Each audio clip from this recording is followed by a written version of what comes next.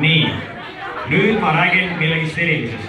Asi on selles, et sellel aastal me otsustasime teha midagi erilist, mida varem pole kunagi olnud kooliüritustel. Varo, sa tead, mis muusikat panna, palun pane see muusikat. Sel aastal otsustasime, et meie esinejad on ka karikaid väärt, nii et ilmusid ka karikaid.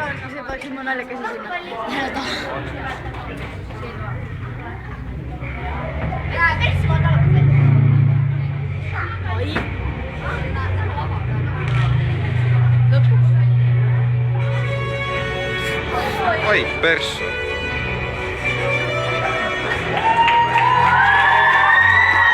Siin nad siis on.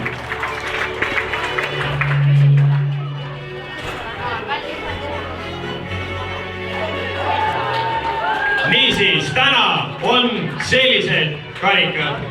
Esimene koht, teine, kolmas ja publiku lemmik, keda valite teie, mitte žürii. Niisiis, mida me teeme? Žürii otsustab, kes on väärt esimest, teist, kolmandat auhinda. Pluss veel žürii võib anda ka eriauhindu, kui keegi on siuke eriline ja suudab neid imestada. Kuid see siin, publiku lemmik, selle valite ainult teie. Siin žüriiga midagi teha ei saa. Niisiis, tegelikult publiku lemmik valimine peaks toimuma niimoodi, et meil peaksid olema purgid, igal võistkonnal oleks enda purg ja see purg, kuhu pandakse kõige rohkem siis müüte, oleks sellisel juhul meil siis võitja. Aga ma ei tea, kas need purgid tekivad, ma loodan, et nad tekivad, sest muidu publiku lemmikut valida ei saa. Aga nii palju siis nendest, neid praegu paneme ära.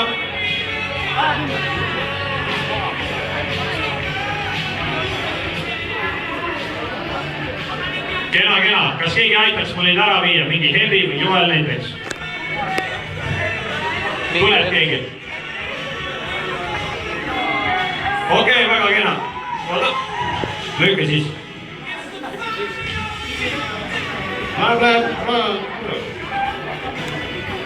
Väga kena, mine siis enda kohale tagasi. Nii, nüüd palume